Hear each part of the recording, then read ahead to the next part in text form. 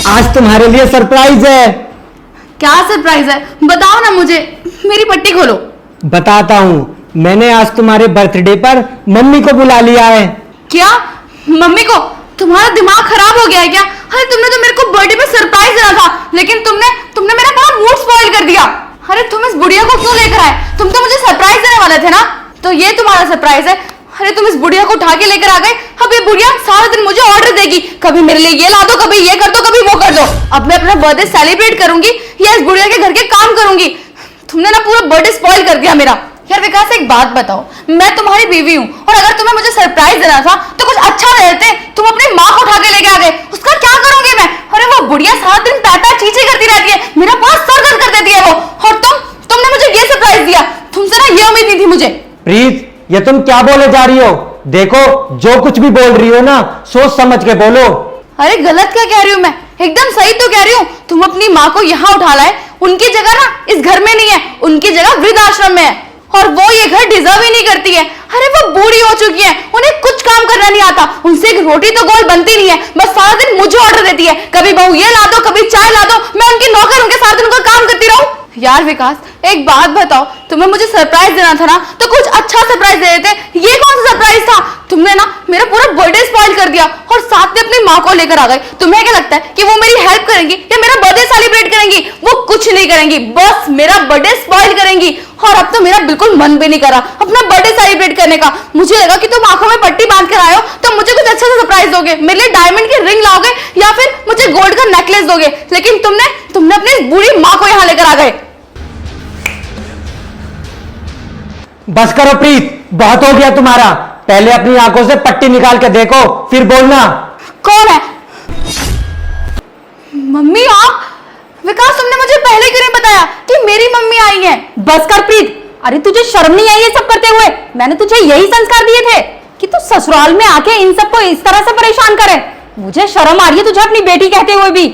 तुझे तो मेरा सर गर्व से ऊंचा करना चाहिए था और तू मेरी इज्जत को मिट्टी में मिला रही है।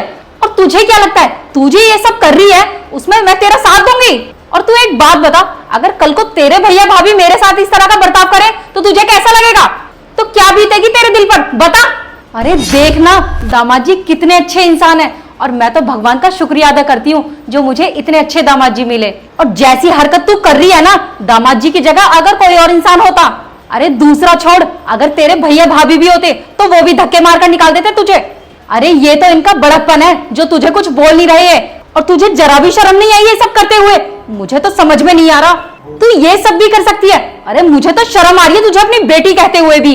तूने इतनी बदतमीजी करके मेरा सर शर्म से झुका दिया है। अरे मैं नजरें तक नहीं मिला पा रही हूँ दामाद जी से। मम्मी, मुझे नहीं पता था कि आप घर पर आए हो। अगर आप घर पर आए होते और ये बात मुझे पता होती तो मैं कभी आपकी डिसरिस्पेक्ट नहीं करती, कभी ऐसा नहीं बोलती। मुझे माफ कर दो, मैंने आपसे ऐसे बोला। और विकास, आई एम सॉरी, मैंने इतना कुछ बोल दिया। अच्छा, अब तुम्हारी माँ सामने है तो तुम माफी मांग रही हो। अगर इनकी जगह मेरी माँ होती तो तुम उन्हें घर से बाहर निकाल देती। देखा माँ आपने, इसीलिए मैं आपको ऐसे लेकर आया था ताकि मैं इसकी हरकतें आपको दिखा सकूं, ये मेरी माँ के साथ क्या क्या करती है। प्रीत, कान खोलकर सुन ले, शादी के बाद लड़की का ससुराल ही उसका अपना घर होता है और उसके सास ससुर ही उसके अपने असली माँ बाप होते हैं। और लड़की का यही फर्ज होता है कि वो अपने सास ससुर की अपने माँ बाप के बराबर ही इज्जत करे, ससुराल में सभी को प्यार से बांध के रखे, घर को स्वर्ग बना दे। और तूने क्या किया? इस घर को नर्क बना दिया। अरे मुझे शर्म आ रही है तुझ पर। तुझे शर्म नहीं आई ये सब करते हुए? मैंने तुझे कितने अच्छे संस्कार दिए थे, इसी कोख से मैंने तुझे जन्म दिया था, इतने प्यार से पाला पोसा था, इतने अच्छे संस्कार दिए थे और तूने मेरा सर शर्म से नीचे झुका दिया। सुन, अब कान खोलकर सुन ले, तेरा मेरा कोई रिश्ता नहीं है। आज से तू मेरे लिए मर चुकी है और मेरे घर पर आने की भी कोई जरूरत नहीं है तुझे। मेरे घर के दरवाजे तेरे लिए हमेशा के लिए बंद हो गए हैं। और बेटी, आज तू ये सब जो कर रही है ना, कल को तेरी भी अपनी औलाद होगी और तेरे ये सभी कर्मकांड तेरे सामने आएंगे। समझ में आई तुझे? और देखना अपने पति को, ये भी तो तेरे माँ बाप की कितनी इज्जत करता है और तू इनके माँ बाप को वृद्धाश्रम भेज रही है। अरे इन्हीं से ही सीख लेती कुछ।